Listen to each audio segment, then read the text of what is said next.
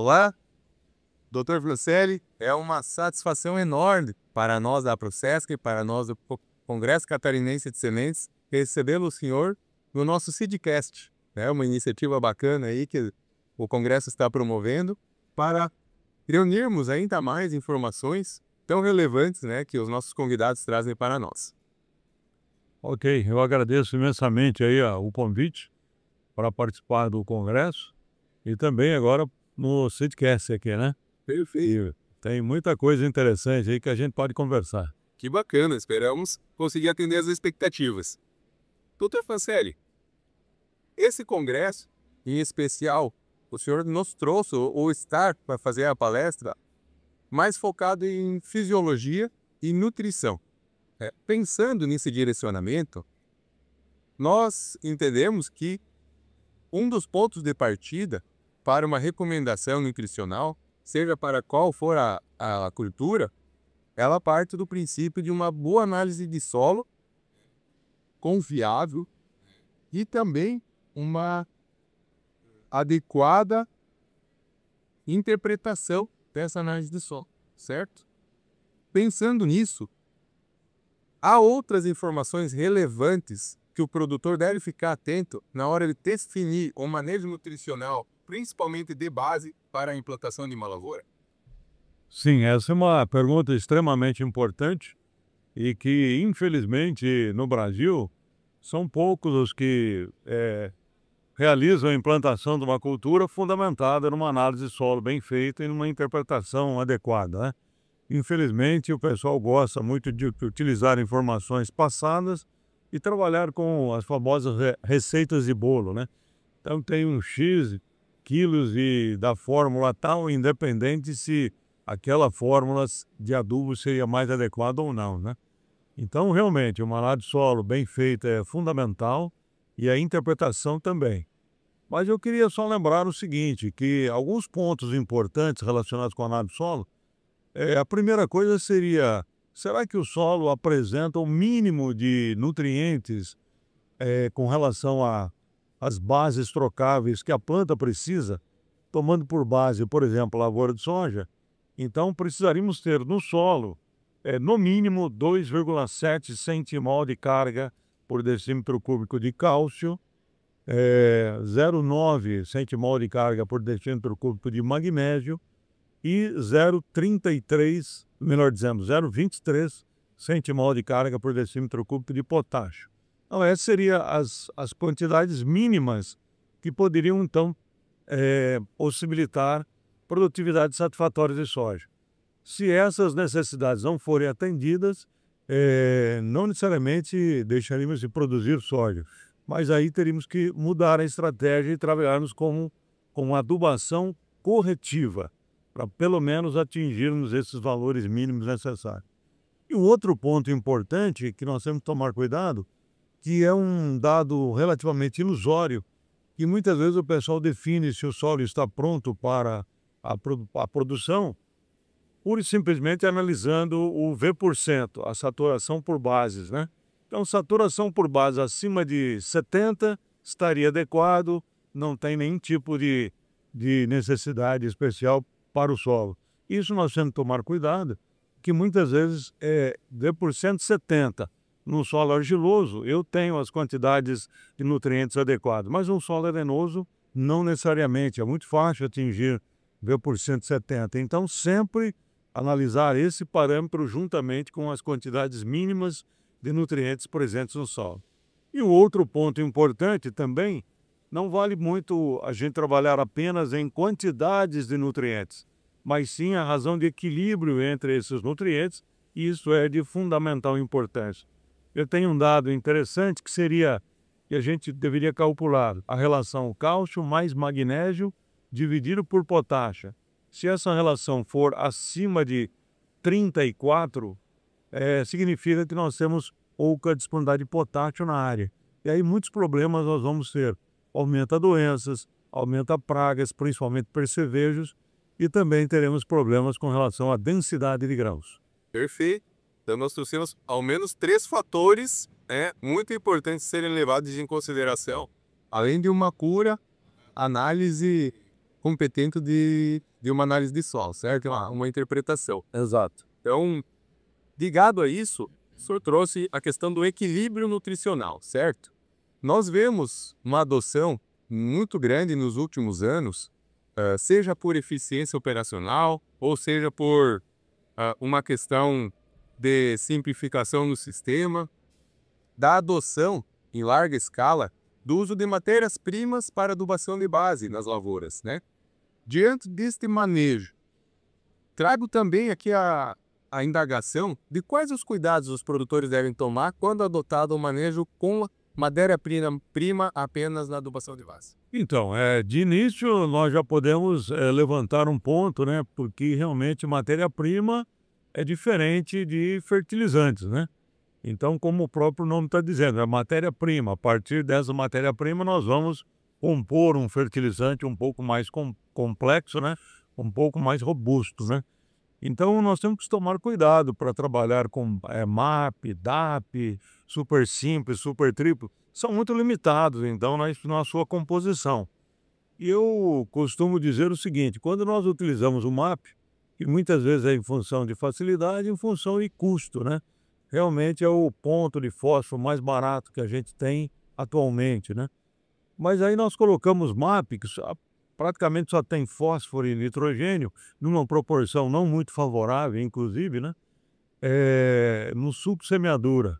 E aí a plantinha, fazendo exatamente uma paródiazinha, né? A plantinha emerge e aí ela olha para a gente e fala assim, muito bem, você me ofertou nitrogênio e fósforo, e o resto, né? E aí a gente pode falar para a plantinha, procure, né? Então, ou seja, realmente não vai ter um desempenho inicial muito favorável, né? Então, eu sou partidário, realmente, quando nós temos tecnologia, principalmente com relação à produção de sementes, né? E trabalhamos com sementes de qualidade, precisamos ter os nutrientes, as quantidades mínimas de nutrientes ofertadas para a planta. Então, eu acho que seria muito mais importante trabalharmos com fertilizantes multinutrientes granulada. Então, ou seja, nitrogênio, fósforo, potássio, cálcio, magnésio, enxofre e micronutrientes, todos no mesmo grânulo. Aí nós vamos ter realmente um desempenho inicial bastante favorável para a planta, porque realmente o que acontece com a planta nos primeiros 15 dias vai refletir exatamente no seu futuro, porque ali começa a definição do potencial de produção, definição do tamanho da raiz e assim por diante. Então, eu não sou partidário exatamente na utilização de matérias-primas, né? E outro ponto importante também, que eu também não sou partidário da retirada de potássio da semeadura. Então, o potássio, nós temos que tomar um pouco de cuidado, que ele tem esse efeito salino, bastante sério, né? Mas eu não abriria mão da utilização de pelo menos 20 a 30 quilos de K2O no subo de semeadura, hectare. Exatamente por quê? Porque o potássio ele é fundamental para manter o equilíbrio osmótico da planta. Então isso é extremamente importante para garantir divisão celular na velocidade que a gente precisa. E nessa fase inicial, o tempo de fazer raiz é na fase inicial. Então, se nós tivermos problemas com abertura e fechamento de estômatos, com certeza nós vamos ter uma solução de continuidade com relação à divisão celular e perdemos tempos preciosos na produção de raiz. Olha que bacana. O senhor trouxe novamente a palavra equilíbrio na resposta, e é o que nós, da produção de sementes, buscamos entender um pouco mais durante essa trajetória e todos os outros fatores importantes e relevantes, né? Quando a gente fala e vários nutrientes no mesmo grânulo, né? Isso já nos remete também à plantabilidade, pensando em uniformizar essas quantidades na nossa área. Mas nós sabemos que as áreas elas têm diferenças, com certeza, mas é muito melhor nós termos um pouco de controle, ao menos, né? Pelo menos com relação ao que nós estamos colocando no nosso solo, né? Falando em granulometria também, do que não temos nem o controle da quantidade que está sendo colocada dos nossos solos. Fazendo um paralelo do que eu falei com o equilíbrio da adubação de base, uma adubação foliar. Sabemos que é uma importante ferramenta e que está sendo desenvolvida ano a ano. Aí nós temos novidade com relação a aproveitamento, com relação a novas formulações de adubos foliares. E essas novas cultivares, digamos assim, de soja, vamos pensar na cultura da soja, estão exigindo cada vez mais pontualidades, né, na absorção de determinados nutrientes. O que hoje nós temos que tomar mais cuidado, buscando manter um equilíbrio quando pensamos em manejo nutricional via foliar. Ok, então esse é um outro assunto extremamente importante, porque muitas vezes não é possível colocarmos toda a necessidade que a planta vai exigir até o final do ciclo, principalmente na fase de formação da semente, né, na fase de enchimento de grãos, colocar os nutrientes todos no subsemeadura. Então, a ferramenta de uma adubação foliar racional, bem feita, é de fundamental importância. Então, para isso, primeiro nós temos que levantar as necessidades, como você já mencionou no início, né? Então, nesse caso, para análise, para uma adubação foliar, é muito mais interessante também agregarmos a análise de solo, a análise química de solo, a análise de tecido, a análise foliar, que vai nos fornecer subsídios muito interessantes para que a gente possa saber realmente qual nutriente está sendo necessário para a planta, né? Então, além da análise de solo, a análise foliar vai nortear, então, esse programa de adubação foliar. Outro ponto importante seria, então, além da quantidade definida, seria a qualidade do foliar, né? Do fertilizante, da fonte que nós utilizamos. E nesse aspecto também, mais uma vez, por questão de facilidade, por questões de custo, o pessoal dá uma ênfase grande a sais. E o sais, a eficiência dele é extremamente baixa, e além de ter problemas sérios de reações químicas do tanque com outros produtos, como fungicidas e inseticidas.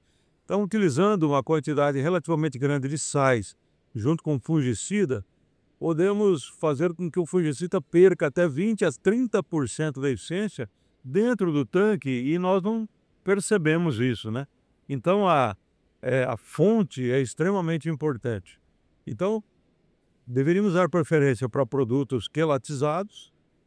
E hoje, uma novidade, os quelatos mais eficientes hoje, vários trabalhos, eu tenho alguns deles, seria quelatos com aminoácidos. Então, aminoquelatos são muito mais amigáveis em relação à planta, não tem nenhum tipo de problema em relação à cutícula, não tem reação nenhuma com relação a outros produtos, é absorvido com bastante facilidade, além de que o aminoácido que está sendo utilizado para neutralizar a carga do micronutriente, ele também pode ser utilizado pela planta. E os dois quelantes mais importantes seriam, então, a glicina e o ácido aspartico, são dois aminoácidos de fundamental importância, principalmente para condições de estresse na planta. E que estão presentes naturalmente dentro delas. Sim, exatamente. Inclusive, esse é um artifício que a planta utiliza, muitas vezes, no solo, para absorver nutrientes. Ela mesma faz a sua quelatização através de aminoácidos para exatamente equilibrar o balanço de cargas e não ter problemas quando estiver absorvendo um nutriente com carga positiva bastante proeminente, né? Perfeito. Dr. Fancelli, muito obrigado por participar do nosso congresso, muito obrigado por participar do nosso Seedcast, tá? É uma honra ter o senhor conosco aqui. Queremos agradecer e desejar um excelente congresso, uma excelente palestra e um grande abraço. Eu que agradeço, muito obrigado e sucesso a todos. Deus.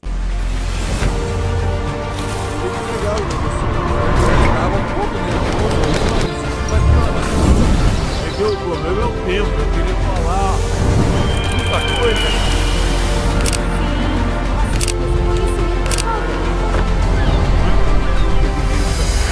Por também me deixar tão à vontade aí, professor. Não, tranquilo, eu tava tranquilo. Isso. falar do que vive, né? Mais fácil. Assim.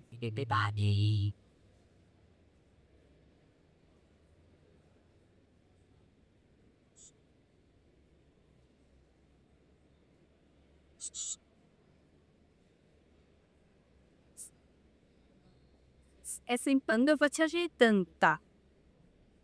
Eu achei engraçado. E o rapaz deu o cartão pra ele e disse: me manda mensagem. Ah. Não dá vontade de chorar quando o meu negócio de... Tá.